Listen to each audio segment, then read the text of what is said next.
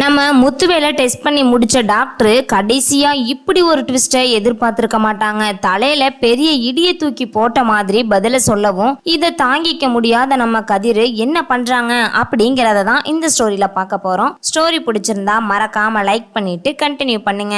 இங்க பாத்தீங்கன்னா முத்துவேலை செக் பண்ணிக்கிட்டு இருக்காங்க. அப்ப அங்க முத்துவேல் கேக்குறாரு சார் கிட்ட, சார் என்ன ஆச்சுங்க சார் அப்படின்னதும், இங்க பாருங்க, நான் நேத்தே சொன்னேன் நீங்க இங்க ஹாஸ்பிட்டல்லையே அட்மிட் ஆகுங்க அப்படின்னு. ஆனா நீங்க தான் நாங்க சொன்னதை எதையுமே காதுல வச்சுக்காம போயிட்டீங்க. இப்ப உங்களது டெஸ்ட் பண்ணி பார்க்கும்போது நீங்க ஆபரேஷன் பண்ணதுல இருந்து சரியா எந்த ஒரு ட்ரீட்மெண்ட்டும் எடுத்துக்கல, அதுவும் இல்லாம சாப்பாட்டுலயும் கரெக்டா இல்ல. அதனாலதான் உங்களுக்கு இப்படி எல்லாம் நடந்திருக்கு. நாங்க எல்லா டெஸ்டும் எடுத்து பார்த்துட்டோம். அதான் நான் இப்படி சொல்றேன். நான் சொல்றேன்னு கொஞ்சம் உங்க மனசை பதட்டப்பட வைக்க வேண்டாம் அப்படின்னு சொல்றாங்க. உடனே நம்ம முத்துவேலு எதுவுமே பேசாம ஒரே பதட்டத்தோடயே இருக்காரு. அப்பதான் டாக்டர் கொஞ்சம் மெதுவா பேச ஆரம்பிக்கிறாங்க. முத்துவேல் சார், எல்லா டெஸ்டும் எடுத்து முடிச்சதுல உங்களுக்கு முழுமையா குணமாகாது. அதனால புத்துநோய் உங்களுக்கு முத்தி போச்சு அப்படின்னு சொல்றாங்க. அதனால நம்ம இதை அப்படியே விட முடியாதுன்னு இல்ல, நீங்க சாப்பாட்டுலயும் நீங்க உங்களுக்கு சரியான ட்ரீட்மெண்ட்டும் கொஞ்சம் கொஞ்சமா எடுக்கிறோம். இப்ப நீங்க ஃபுல்லா ரெக்கவர் ஆகாட்டி கூட கொஞ்ச நாளைக்கு இருப்பீங்க அப்படின்னு சொல்லவும் நம்ம முத்துவேலோட தலையில இடி மாதிரி இந்த விஷயம் விழுகுது. மருத்துவர் மறுபடியும் சொல்ல ஆரம்பிக்கிறாங்க. இதனால நம்பிக்கை இழந்த நம்ம முத்துவேலு இதை என் வீட்டுல மட்டும் யாருக்கிட்டையும் சொல்ல வேண்டாம் அப்படின்னு சொல்றாங்க. அது எப்படி?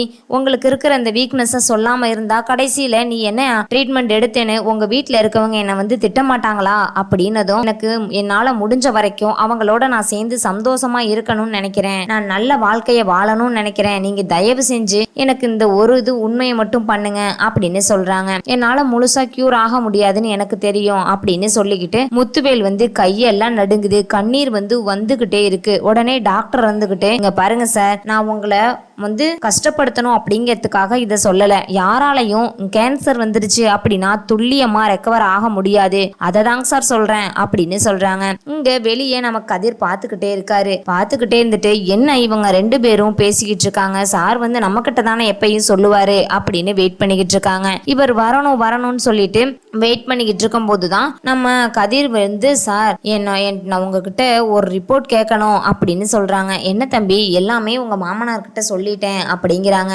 இல்லைங்க சார், நீங்க அவர்கிட்ட இன்ன வரைக்கும் என்ன சொல்லிக்கிட்டு இருந்தீங்களோ அதை என்கிட்ட சொல்லுங்க அப்படின்னு முத்துவேல் கிட்ட சொன்னதை சொல்லுங்கன்னு சொல்லி கேட்டதும் டாக்டர் அப்பதான் பெருமூச்சு விடுறாங்க. அதுக்கப்புறம் அப்பதான் பேச ஆரம்பிக்கிறாங்க. இங்க பாருங்க, உங்க மாமா இன்னும் கொஞ்ச நாளைக்கு தான் இருப்பாரு, அவரை பாத்துக்கங்க.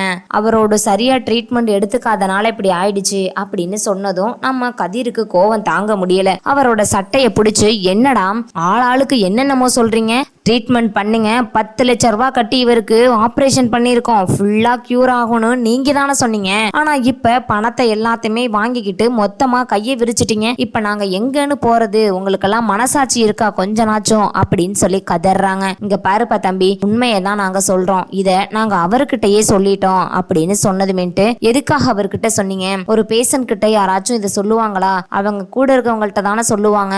தன்னோட உயிர் இப்ப போகுமோ அப்ப போகுமோன்ட்டு அவங்க ஒவ்வொரு நிமிஷமும் நரக வேதனை அனுபவிக்கணுமா அப்படின்னு சொல்லி கேக்குறாங்க. அதுக்காக எல்லாம் சொல்லல தம்பி அப்படின்னு சொல்லிட்டு டாக்டர் கிளம்புறாங்க. அப்ப உடனே நம்ம கதிர் இருந்துகிட்டு வேகமா முத்துவேல் கிட்ட போய் அப்படியே வேத்து கொட்டுது நம்ம கதிருக்கு. முத்துவேலோட கைய பிடிச்சு அழுகுறாரு. அவ்வளோ அழுகத்தை அவனால தாங்கவே முடியல. முத்துவேல் காலில் விழுந்து, மாமா நான் உங்களை ஏமாத்திட்டேன் அப்படின்னு சொல்லவும், நீ என்னப்பா பண்ணுன அப்படின்னு கேக்குறாங்க. இல்ல, இந்த ஆபரேஷன் பண்ணா உங்களுக்கு சுத்தமா கியூர் ஆகும் அப்படின்னு நினைச்சுதான் நான் பண்ணினேன். ஆனா இது சரியாகாம போனது எனக்கு ரொம்ப வைத்தறிச்சலா இருக்குது அப்படின்னு சொல்றாங்க. என்னோட உயிர் யாரு கையிலுமே இல்ல, ஏதோ இருக்கிற வரைக்கும் நான் உன்னோடையும் என் பிள்ளையோடையும் சந்தோஷமா இருந்துட்டு போறேன், நீ ஒன்னும் கவலைப்படாத அப்படின்னு சொல்லவும், சரின்னு சொல்லிட்டு அவங்கள கட்டி பிடிச்சு அழுதுகிட்டு இருக்காங்க. இன்னொரு பக்கம் நம்ம குமரவேலும் சக்திவேலும் ரெண்டு பேருமேட்டு அங்க இருந்து சேர்ந்து வந்துகிட்டு இருக்காங்க. வந்ததும் வேகமா நம்ம முத்துவேலோட ரூம் எங்க இருக்கு அப்படின்னு சொல்லி அங்க போய் பாக்குறாங்க.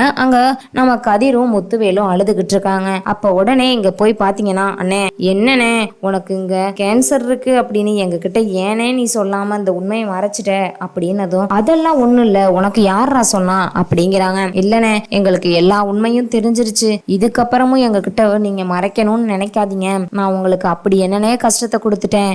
என்கிட்ட சொல்லியிருந்தா வீடு சொத்து நிலம் அப்படின்னு எல்லாத்தையும் வித்து கூட இதை நான் சரி பண்ணியிருப்பேன். அப்படி ஒன்றும் நான் இடத்துக்காகவும் சொத்துக்காகவும் நான் பண்ணலைனே. ஏதோ எல்லா சொத்துமே என் பிள்ளைக்கு வரணும்னு ஆசைப்பட்டு தான் நான் இப்படி பண்ணினேன். நீங்களே உயிருக்கு போராடிக்கிட்டு இருக்கும்போது இந்த பணம் காசு சொத்தெல்லாம் எதுக்குனே?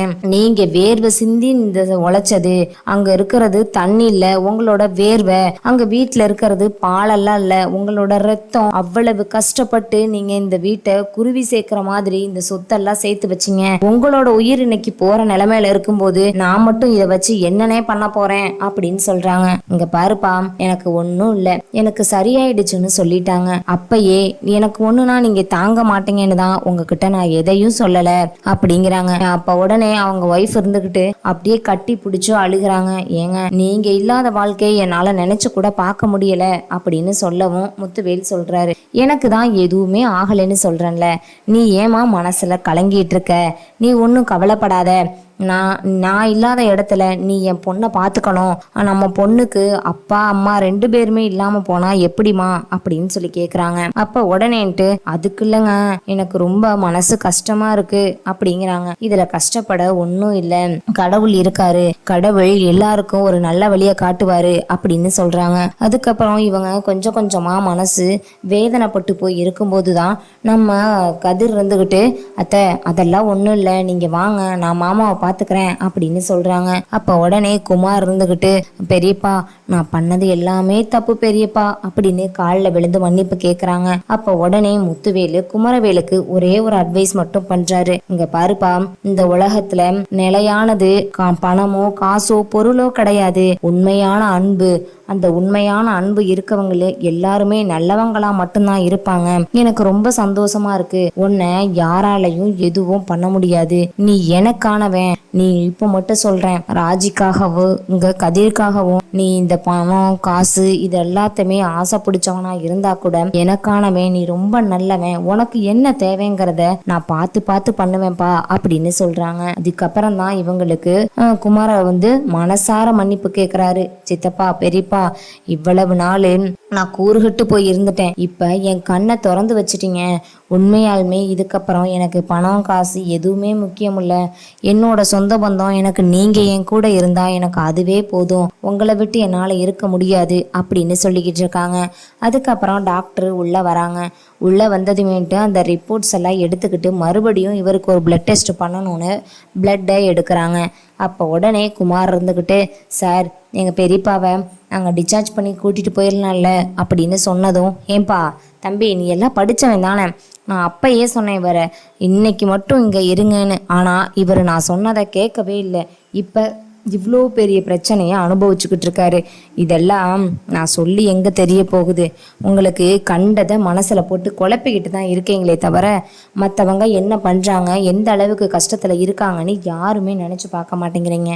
எனக்கு தெரிஞ்சு இவர் பண்ணுறது எல்லாமே அத்தனையும் ரொம்பவே கேவலமானது. நீங்கள் இவரை சரியாக பார்க்காம விட்டது தான் இன்னைக்கு இவரோட உயிரே போகிற நிலைமையில இருக்காரு அப்படின்னு சொல்கிறாங்க. அப்போ உடனே இங்கே குமார் இருந்துக்கிட்டு, பெரியப்பா நீங்கள் இப்போ போகிற சாகிறது எங்கனாலேன்னு ஆயிடுச்சே பெரியப்பா, எனக்கு ரொம்ப கஷ்டமாக இருக்குது, உங்களுக்கு ஏதாச்சும் ஒன்றுனா நாங்கள்லாம் எப்படி பெரியப்பா இருப்போம் அப்படின்னு சொல்லி அழுகிறாங்க.